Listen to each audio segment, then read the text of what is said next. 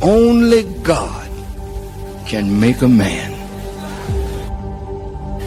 If God is going to make a man in his own image and in his own likeness, God is the originator and the original. He's going to make a man as a prototype or a copy of himself.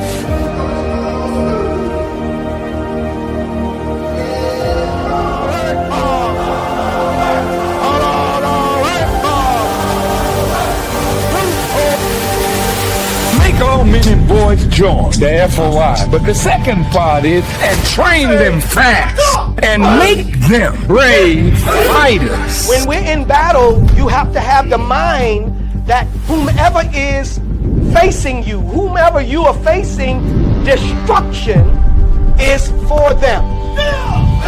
Because as we walk in peace, and fear will not prevail. You fight to the death. Because the Muslims gonna fight. We ain't got no gun, but we got a God, and we are gonna fight. And I got to shout to my brother FOI. I've been before you for 44 years without my teacher, and ain't nothing happened to me on my walk with my brother. And I damn sure have a lot of strong souls. The Honorable Elijah Muhammad was a man that wanted to strengthen the family, because if there is no strong family, there can be no strong people or nation. If we want a strong nation, then we must produce strong men and women with strong commitment to each other through the institution of marriage. Any man that is not producing is not living up to the nature in which he's created. Every one of you is a producer. Every conscience out here. The value of an FOI that has submitted his will to do the will of God and is now an active person in the mission of saving our people. Do you know how valuable you are? You gotta want it. You gotta desire to be a Muslim. You can't window dress this. You can't say it from your lips. You gotta want it with all of your heart, all of your mind, all of your soul and strength. Our God, Dr. Farad Muhammad, and his Christ. We don't have no spook God. He's alive. And our God is real.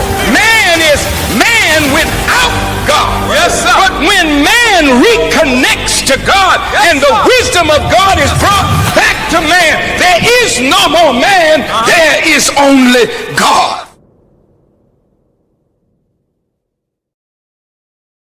Welcome, welcome, welcome, welcome. Only God can make a man. Who came to us and raised from us the Honorable Elijah Muhammad and left with us the Honorable Minister Louis Farrakhan. In those holy names, I'd like to greet this audience in the greeting words of peace of Assalamu alaikum. Salam. And we would like to thank our National Director and the Student Regional Minister of the South, Student Minister Abdul Sharif Muhammad, for it is his vision and it is his behest that we sit here and we have these type of podcasts. So we say thank you to Student Minister Abdul Sharif Muhammad. Now today, we have been blessed. We got a superstar, a star amongst stars. Well, you say so. Yes, sir. I'm gonna have to take that one. I'm gonna have to take that charge because I say so. Today we have been blessed with the presence of Bishop Fan. He is not only a down-to-earth brother and a concerned activist, bishop in our community, but he is amazing. And hopefully today after the show, if you don't know him, you'll know him a little better, and we can work together. Absolutely. Because man, that's what the time calls for. Absolutely. Absolutely. So let me ask you a question. Ask me several. I'm gonna laugh the whole show. I'm gonna turn to face you. Ask me several questions. I'm ready. You ready? I'm Okay. ready. Can you give me some of your Atlanta history? Born and raised in Atlanta. Tell us a little bit about that. Well, Atlanta. I'm Atlanta born, Atlanta bred. Born in Greater Hospital. The new Grady. See, what you guys see now is the new Grady. See, it was an old Grady, and then I was born in the new Grady, and now you see the new Grady. But well, Atlanta, Atlanta I grew up in was, as you know, it was segregated. But we had a contained community. We had the theaters, we had the grocery stores, we had of course, we had the nightclubs, the drugstores, the shoe repair places. Bronner Brothers, an institution, was there on the corner of Hunter and Ashby. It was a drugstore at that time, and of course, we had a hardware store. We had all these things in our community. The churches, we walked to church. I went to West Hunter Street Baptist Church with Reverend Abernathy, the pastor. So we walked to church. Kids, we walked to school. Went from house to house, picking up each other, going to school, and coming back from school, dropping each other off, going home. So it was just really community where there was a lot of love. Everybody looked out for everybody, and those were the days where we had teachers who taught us, who are our parents as well as our teachers, disciplinary, to make sure that we had what we need to have to equip us to deal with the things we want to deal with in life. And really, I'm very thankful for the life that I've had growing up. We had a park, Washington Park, that we could go to and learn how to swim. That was also Mosley Park. I was fortunate because I lived between both parks. So I could either go to Mosley or Washington. I had my choice. We grew up. I mean, really, we had it was the kind of Atlanta that you really loved. And I lived right across from the school, from the high school, Booker Telephone, Washington High. So I really loved it. And guess what, guys? I played in the band at the Washington 100. Yeah, that's one of the coldest bands in the land. Yes, sir. Yes, sir. Yes, sir. And the reason why I wanted to open with your Atlanta history, you being from Atlanta, is because you have to have a certain kind of love for the city to do the kind of work, and it comes out in your work that you love the town, you love the city. That's open. Yeah, With sure. your Atlanta history. All right. Well, in being born and bred in Atlanta, can you tell us how did you get from that point to this point? Well, let me see. Let me see how I can say that. Uh, it was a transition because I grew up on Hunter Street. I went to Watton High. I played in the band. That's my story, and I'm sticking to it. Yes, sir. But I grew up on Hunter Street, and of course, like everyone that grew up in certain neighborhoods, Fowl Street and Hunter Street and Simpson Street, and those neighborhoods and the Bluff, where 10,000 Phillies went in and worked. Those were all of those were our communities, right? So I grew up knowing people and being around people that were, especially in my church at West Holland. There were Reverend Abernathy. Everybody who was somebody or anybody during the civil rights movement came through West Holland. And we had people who were educators. Matter of fact, my seventh grade teacher was a member of West Holland Street Baptist Church. The teacher was at the church. You had the teachers at the church. You had the bankers at the church. You had the people who owned the service station at the church. So I was around a lot of people, very uh, educated people, very community-minded people, very civic-minded people. So that was important to me as a kid. And plus, my mother made sure. Yes, sir. Your parents gonna make sure that Yes, sir. you get what's right. And that was God though, because God had me to go to West Holland because I could have went to Pilgrim. Pilgrim was closer, but God had us to be planted in West Holland Street Baptist Church, and that was a blessing because that's what my humble beginning was there at West Holland Street Baptist Church. So that's where you actually fell in love with the civil rights and the activism that was part of the church. It was, but I'm gonna tell you something. As a kid growing up in West Holland Street Baptist Church, I didn't know who Reverend Abernathy was. Really? I didn't know who he was. Wow. Let me tell you the story. We had a white assistant pastor named Bud Walker. It was North Carolina. And Bud took us to a place. It was called like Six Flags, but it was called Funtown. It was on Stewart Avenue, Host Road. That's what Host Yes, Road, sir. right? Yes, So sir. that's the old Atlanta. At least you don't know about it. But anyway, he took us to Funtown, and when we got out there, and they had the fast wheel and all that stuff. My sister and my little brother, he didn't go because he was too young. But my sister and others of us that were teenagers, he took us out there. So once we hit the grounds of Funtown, uh, they started spitting on us. The kids on Fairfield, the white kids on Fairfield, they started spitting on us and started using the N word. Stay in your place, stay in your place. But we had a white social sister pastor, right, that took us over there, right. And it was an experience for us because we never experienced, because we remember I said we came out of a segregated community and everybody in our community pretty much was black. Now Red owned he owned the Dairy Queen, and we had a Jewish person who owned the jewelry store. But everybody else in there was black. All business was black. Cab stand, everything was black. Fish market, everybody was black, right? So we had never experienced that. You don't know this, but they had big belt buckles on that back then. Our belt buckle was that big, right? And when they started spitting on us, we pull off our belt buckle. We finna go to war. We finna do our thing, right? So he said, "Get on the bus, get on the bus, get on the bus, get on the bus." And then we got in the van, got back to the church, and we were all devastated, because that was like a bad experience. It really was, because we never experienced anything like that before. And being called the N word so many times and being spit on.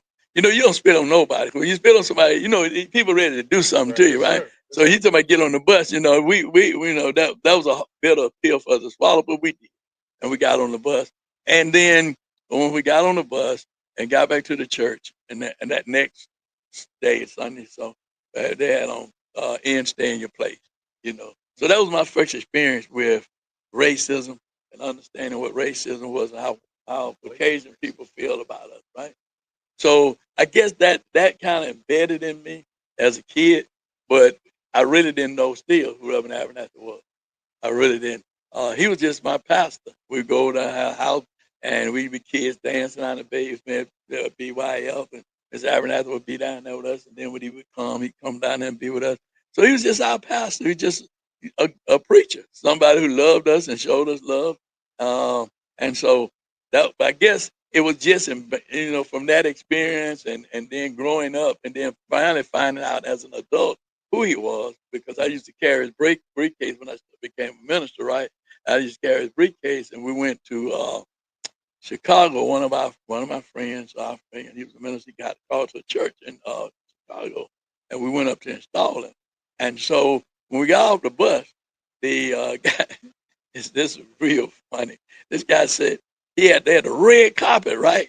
It rolled out, and so I walked with him, and so the guy says, he said, yeah, they give Reverend Abernathy autograph. Give me your autograph, Reverend. Give me the autograph. And the guy looked at me. He said, "Give me your autograph. Give me your autograph." I said, "I'm with him." He said, "That's why I want it." Wow. So that's why I really realized who he was at that point, and the work that he had been doing with Dr. King and those individuals who had been coming to the church. I didn't know who they were either, because I was naive to the civil rights movement and the work that was going on at that time, like many of us were. And during my era, we know people say, well, we knew about this, but a lot of us just didn't know, because our parents shielded us from a lot of that stuff. They did. So, and that's just like current times, because I know when I was in school, they were teaching civic, economics. Now, a lot of those programs are no longer in the curriculum, and that is a part of the problem why these geopolitical stage, domestic political stage looks the way it looks, because Right. we don't know what's supposed to look like, Right. and nobody has really helped us in that area. So now you become a minister. Wait, hold on. Graduated while high in the band, Right. That's you're absolutely right. and now you become a minister. Right. And now, what happens after that? Well, what happens after that is that I got involved with I started my church. I started a church in 1980. I started doing a radio program and OWYZ, and of course when I started that program, I'm just, a preacher for the church. And I never thought about going in radio, but one day, my assistant, her name was normally Keller, Minister Teller, she would always pay the bill for the radio program. But this particular day, I went myself, but she couldn't go, and I paid it. So the bookkeeper name was Hillary, we call her helping hand lady. She had a lot of programs before. She said, "Are you a Reverend fan?" I said, "Yes, I am." She said, "Have you ever thought about going to radio?" I said, "No, I haven't." She said, "If Mr. Swain was the general manager," she said, "I asked Mr. Swain would he give you an opportunity to go on the radio." I said, "Well, you know, I said, hey, give it some thought." So I walked by his door, going out the door, and he spoke to me. He said, "How you doing?" I said, "I'm doing fine." And Spirit said, "Just go back and ask him what it takes to get in the radio." Well, I went back, being obedient, and I asked him. He didn't change his word. He went down in his desk drawer, pulled out the FCC license, gave him to me, told me to fill him out, sent him in on Monday morning at 6 o'clock to Jerry Thompson, who was a renowned radio announcer. Had worked at several stations that were AOK and was now doing gospel. He would train me. So that's how I got into radio. I came that morning, Jerry began to train me, working in radio with Ali Pat, in the legend himself. And then with Donald Cochran, Ray Neal. And so I just thank God. That was the path God had for me. And so that's how I got in the broadcasting. And on the civil rights part of it, when I was there, I was in the production room. I brought a Marantz tape recorder, and I was in the production room, and Reverend Albert E. Love, who was with SELC at the time, him and Tim McDonald.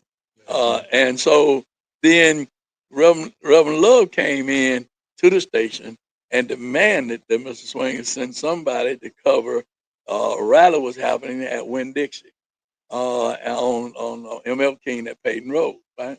So Lyndhurst, is that Lyndhurst? I think, yeah, Lyndhurst Road. So I'm just sitting up there and I'm doing this. So Mr. Swain came to the glass and he said, he'll do it. So he can do it. So because I have my recorder, so we get ready to go. I would tease Reverend McDonald about this all the time. So we get ready to go out there to Winn Dixie, and Reverend McDonald had this raggedy van, didn't have any seats. Only thing we riding on milk crates. We riding on those iron milk crates, and we rode out to Winn Dixie, and Cornelius Henderson, McKinley Young was president, and Cornelius Henderson, all of them at that time. That's when the apartheid was going on. We were going out there to rally the apartheid, and that's how I got really entrenched in radio, doing interviews, being a DJ, and all that. And but that God will make a gift for your room, and that's how it happened for me. And that's what my next introduction, getting with Reverend Love, Reverend Albert E. Love, and Reverend Tim McDonald, and that's how I got really entrenched in civil rights, because they were already a part of it, and we just kind of connected after that day, and we began to work together. Reverend Love is gone now. Lord has brought him on home, but as God bless and keep strong is his statement. What he would always say, and that's what I say now: God bless and keep strong. And but Reverend McDonald is still doing the great work over at First Iconia. Yeah. So that is, and this, I'm gonna just tell you, for me, it's ironic because you throw these names of these great legends around, people who I've looked up to my whole life. You just throw them around like, oh yeah, by the way, I was.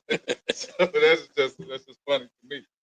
But all right, so you got Reverend Love, Reverend McDonald, and now you're in the trenches doing what Reverend Abernathy was doing at the time.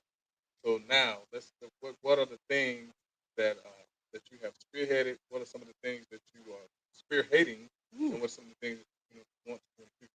It's so much. It's so much because I didn't talk about the being a part of organized labor, because I was elected president of ASME, the union that Local 3 representing Fulton County employees. Though the union that Dr. King was assassinated, went up there to work with the sanitation workers.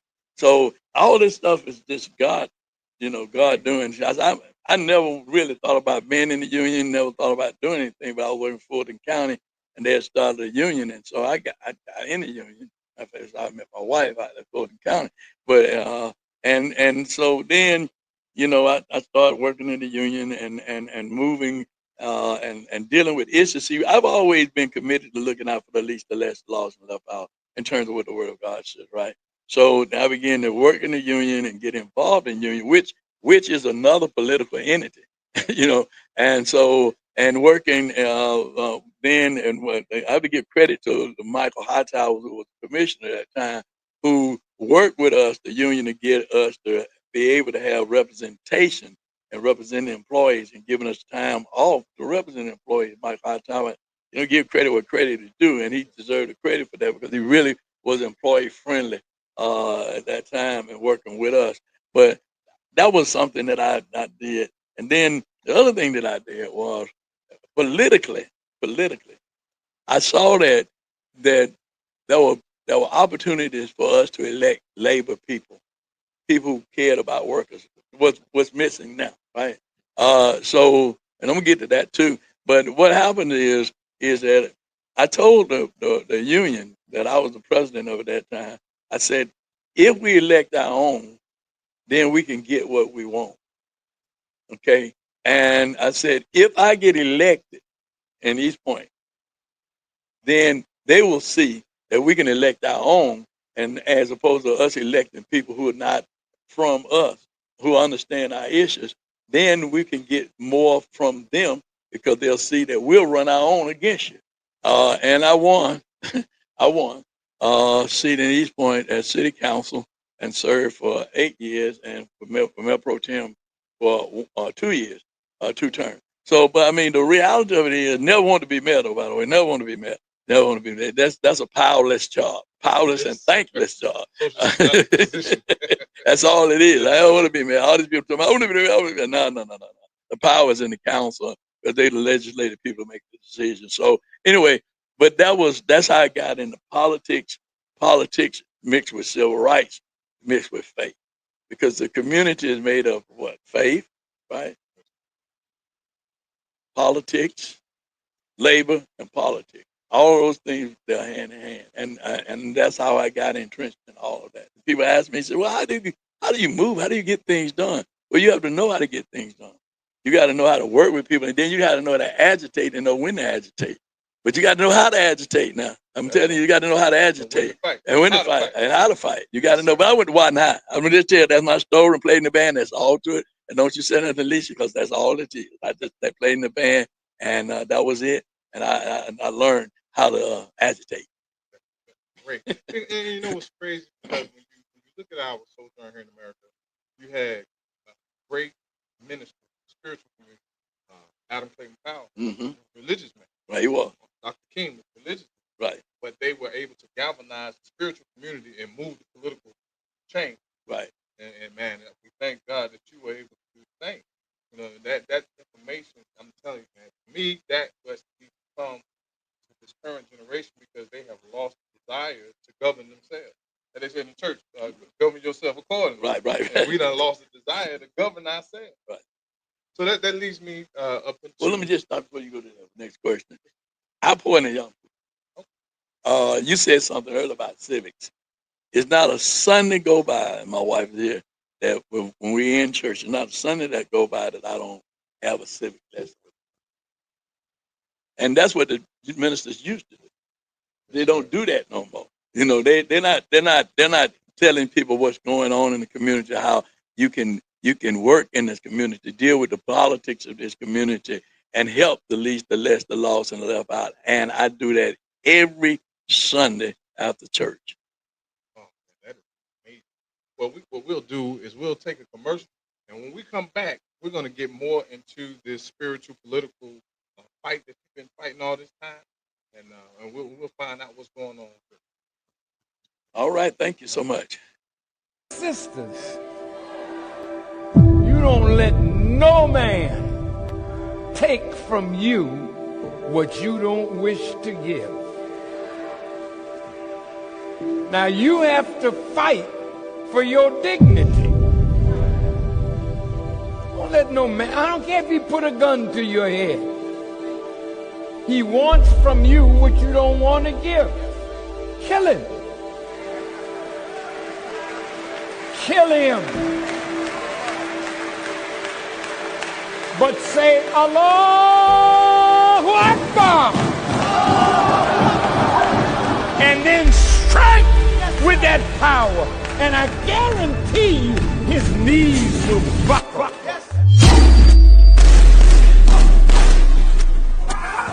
If he come near you with a penis, cut it off. Cut his throat. Won't give him nothing but death.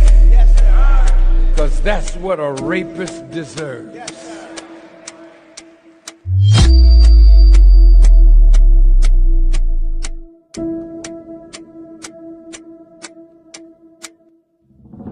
You see my sisters standing around me. They are my support.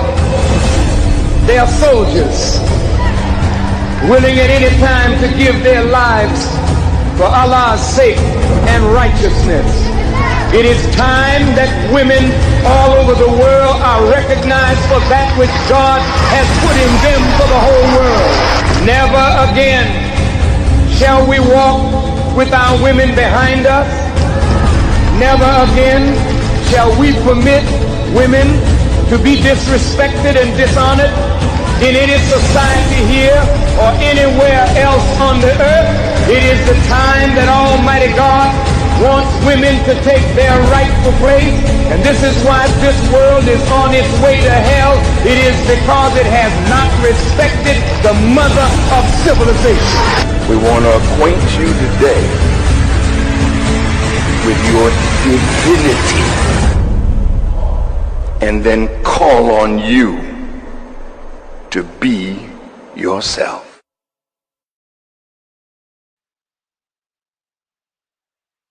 Okay. So now we've been introduced to a person, introduced a little of the work. But man, I'm gonna tell you what's a blessing for us. The blessing for us is that in 1995, the Honorable Minister Louis Farrakhan did me, and Pastor McDonald was a big part of that LLC, and then later, 10, 15, Minister Farrakhan said that he wanted to go a little further. It was one thing for us to come together and fellowship. We needed boots on the ground. We needed somebody to get between the gun and the people. We needed some people to make our community clean and peaceful, safe and safe. Can you tell us your introduction, how you feel about Man, I love 10,000 Fearless.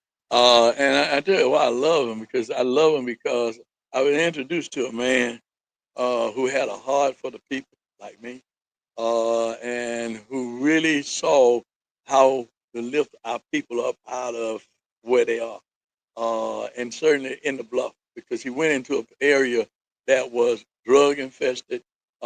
People didn't have clothes, didn't have food. Just went in there and went to work. And I met Minister Sharif. I was invited to something that was happening at the 10,000 Village House, and Reverend McDonald, and Reverend Love, right? And I was introduced to them, and I was like, oh man, this man right here got it going on. And I bought my hat. I bought my 10,000 Village hat, and I said, man, because at that time they were Home Depot over there working to help them and all that stuff. And I said, oh man, this guy got it going on. And Brother B was there and doing things. And I mean, I was just so amazed. And the people coming and getting food and getting clothes, and people coming for counseling and just doing the work. You need to talk boots on the ground, doing the work. I mean, actually doing the work, not just talking about it, but doing the work. I said, man, this man is all right. So then we started meeting at the the restaurant, Blue Seas restaurant. and he opened up a restaurant, and we ministers, we all would come together and meet and strategize about things that we can do, and how we can lift our community and our people in our community. And I met more people, part of the 10,000 Fearless, and just looking at how it's working. And then the other thing that we've been to Minister Sharif, we've done a lot of things I shared with you earlier, like the 10,000 Fearless and patrol, like Brother B is doing and working, and we got signs in our church yard saying, "Stop the killing," right? Yeah. And if more pastors would do that, put these signs around their church, "Stop the killing," where people see we against killing, because the Bible says, "Thou shalt not wait, kill." So the reality of it is we have to work together and put that message out there, because some people ride by, they see it, and what have you. And I told you I'm on Metropolitan, which was old Stewart Avenue, but but I understand the culture of the mindset is not left that community, right? So, and I'm engaged in that community because I'm talking to people, I'm speaking to people. But I just thank him because that's the way he was. He make everybody feel good, like you're a part of it. And I'm looking at the signs of people united for change and 10,000 feelings. That's what it's all about. We united for change, changing in our community, and we got to come together to do that. Because who's gonna save us but us? Who's gonna save us but us? If we keep separating ourselves, we ain't gonna be able to save ourselves. So, and I just love him, man. I just really love him for the work that he has done and doing. That's why I continue to work with the 10,000 Fearless, continue to work with 10,000 Fearless, and I just love the bean pie. But so, so, so I mean, but really, that's the. And then let me one other thing that the minister did. He took me up to Chattanooga, and we went up there to see Brother Kevin operation, what they had for the 10,000 Fearless up there, and how they were patrolling, and how they helped those communities that they were in, and how they organized neighborhoods and communities, and people stealing lawnmowers and stuff. They didn't send the police. They sent 10,000 Fearless just go there and say, "Hey, man, take that lawn, man. You take it back." I mean, that's what we used to do in the old community. That's what we used to do. You didn't do stuff because the community would chastise you. We didn't need the police because you couldn't do those kinds of things in the community, right? The bootleggers would get on you. The number runners would get on you. They get on you, even though they took the numbers from us and the bootlegging from us. But still, it made it legal. But the reality, but they kept our community safe. You couldn't come in our community and do nothing. If you lived in, boy, didn't I tell you to go home? Didn't I tell you y'all don't do no fighting over here? Stop that fight, and you just stop. You know what I mean? But that was the community and the way it was, and that's what I love about the 10,000 Fearless and what you guys are doing and have done. That's why I partner with Brother B, and every time we get clothes, I call B, say, "B, come in and get these clothes," because we don't give clothes, but we give clothes to the 10,000 Fearless to distribute to the brothers in the bluff and those who are in need. Yeah. The other thing that most recently they partnered with, they came around to our church, and they went to churches and they taught security training. Sister Leah, Sister Zia, her mother, Brother B. They came and they trained us about security and how we should do, and how the ushers should do, and what members should look out for, and those kinds of things, which were very helpful. We were already doing something, but they just enhanced what we were doing. So, and I would suggest that any churches or pastors that are listening, that you would invite them to come to your church to teach you and to help you to learn more about securing yourself in your facility, protecting the members, because you don't know, people got mental illness, they got all kinds of things, but what to look out for. And I just thank them for that, and I appreciate the 10,000 pills. I really, really do. And no, I'm not a Muslim. For somebody to say you're a Muslim, no, I'm not a Muslim. I'm a child of God who believe in the same concept that they believe in, looking out for the community, looking out for the least, the less, the lost, and those that are lost. And I'm telling you that is so on time, man, because we watched the news, been watching CNN and news coverage, and killing after killing after killing, dealing with course. But here in Michigan, I think a couple of weeks ago, there was they're just doing more church attacks, what they call soft targets. They're doing more and more of that. So the Honorable Minister of Farrakhan, he says it, he goes right to work. Sure. And he has told us, he said, go and not just secure mosques. He said, but show the church, show the synagogue, anywhere that people want to go and worship God. It is our duty to help them be safe and secure. So thank you so much, Bishop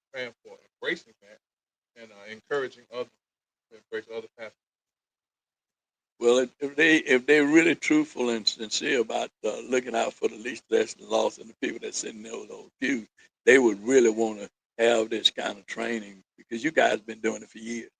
I mean, you've been doing it for years, and it hasn't failed. It works.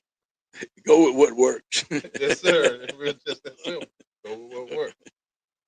Well, we covered 10,000 feelings. What's on your agenda these days? Well, a couple of things. One is, and this is a labor issue I want to talk about. I want people to understand for young people who supported the demon. I call it supported other people because of the lies. But they are now trying to, under the Fair Standard Labor Act, it was enacted in 1938. They're trying to change it for people can be contractor employees. Contract employees with 1099.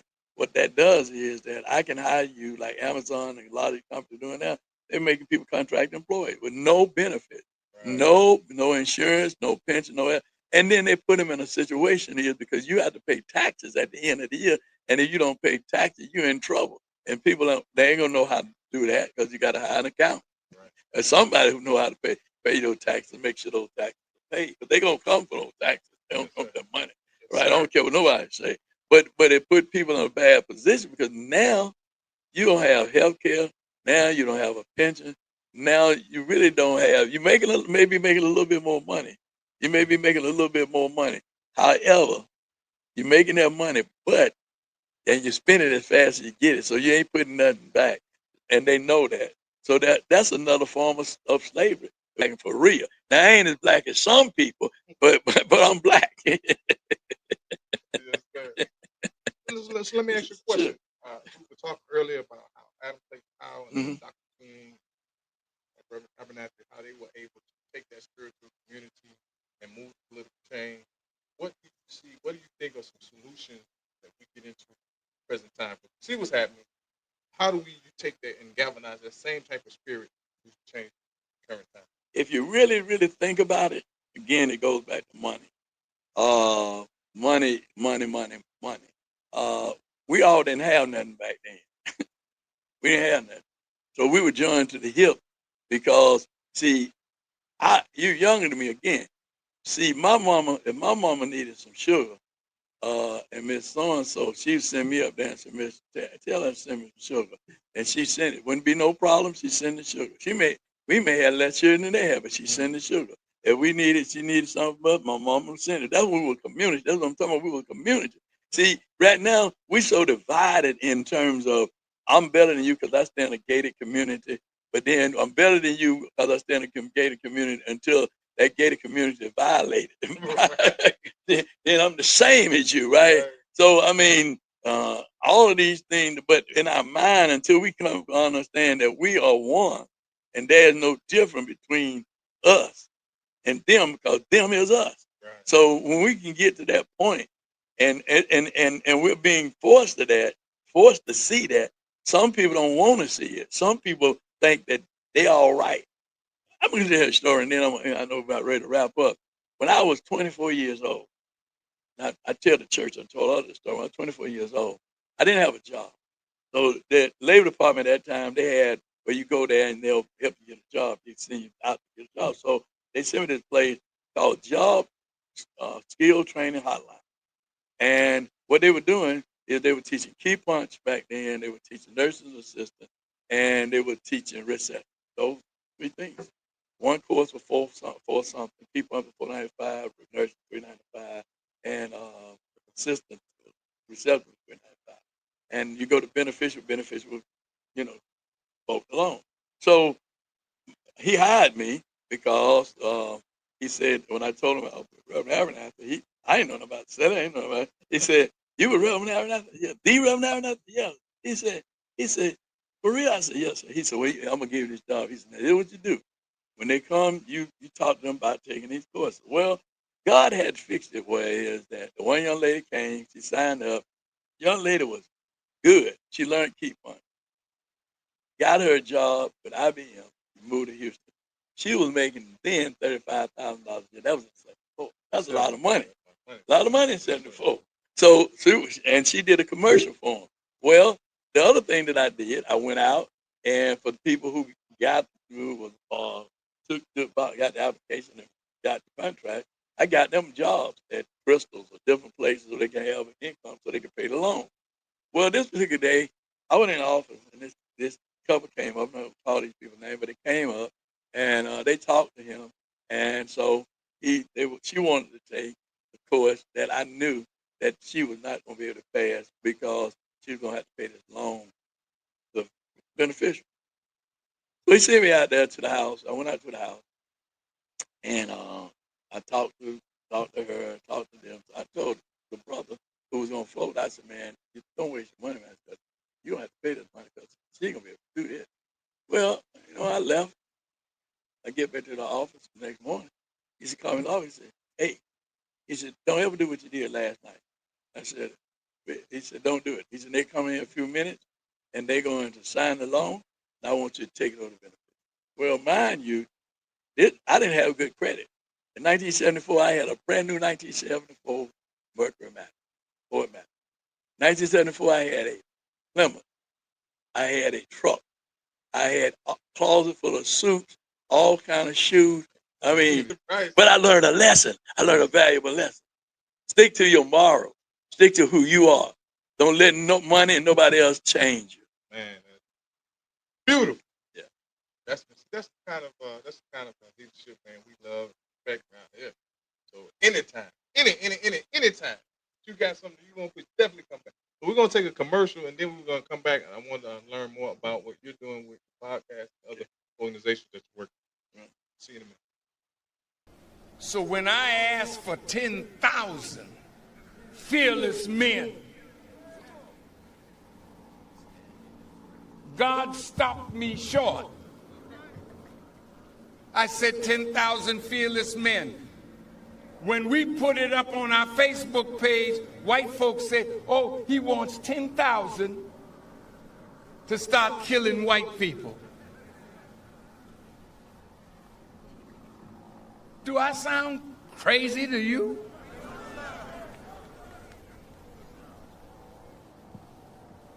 I said the next day, I said, wow, why would they say that unless they think they deserve the justice of God? And then the next day, they cut my words and said, Farrakhan said they deserve to die. I didn't say that. I said, that's what you must be thinking when I say 10,000 fearless and all you can see is a bunch of black people out there killing white people. I didn't say that. A few days later, I said, we got to go into our community because our war is on two fronts. We got to stop the killing in the inner city and stop the killing of us from police wickedness. I need 10,000 fearless. I want 10,000 men that we can train, because we got to stand between the guns. But you know what? When we go in our community to clean it up, guess who we're going to run into? We're going to run into rogue cops and wicked black people working together to suck the blood of the poor. Which means we got to be strong enough to stop the killing, but the moment we try to stop it, those who benefit from it will come against us. So we have to sit with the police and we're going to expose all your rogue policemen. Because you know where they are? They're in the black community. Well, man, let me tell you, Bishop, and we have enjoyed every second. We have enjoyed every second with friend like I know student minister Apple's agree with my comment. Please and proud that you're able to come by and spend some time with us today. Thank you, thank you, thank you for that. Thank you for having me too, brother. Look, be here with you to share my life story and the things that I do, and continue to would like to invite people to check us out. Our weekly program with Reverend Shannon Jones, and Brother Ronald Allen, and Sister Cynthia Waters on YouTube. It's called Straight Talk with Greg Fan, the Preacher Man. You can find it there. We don't have time when we go put it on, but if you don't go live, we're pretty hard. But it's called Straight Talk with yours to the Great Fan, the Preacher Man. Yes, sir. Yes, sir. Well, hey, anytime you see Bishop Fan doing anything, we want all hands on deck because our spirit of unity, this is something we're gonna push until we get what we want. Can I say something though?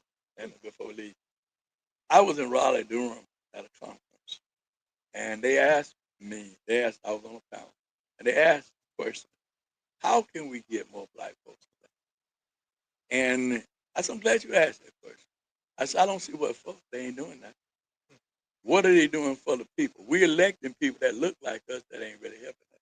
So we got to be very careful in electing people, making sure those people we elect, even though they look like us, that they really won't be working for us. Because the dilemma that we're in today, we don't have those voices of people like the late Vincent Ford, who would be standing up for the least, the less, the lost, and the left out. They stand up for themselves. So I just want to leave that with us. Don't just vote for people because they're your sister Sorors, and your mom and them did this, and dad did that. But vote them about what they've done and what they are doing. Really appreciate that, Bishop Fan. No voter registration without voter education. Man, he say something every week on civic.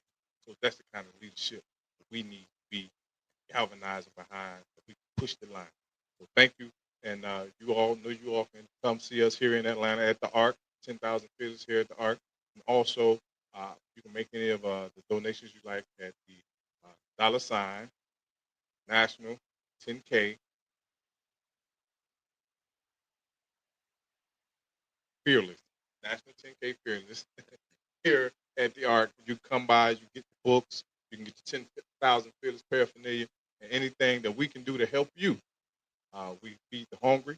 We clean the community. As Bishop Fan said, Brother Barry and the 10,000 Fearless Patrol will come patrol your neighborhood, help keep crime down. We're willing to stand between the guns and the people. So thank you for tuning in, and we'll see you next week. Assalamu alaikum.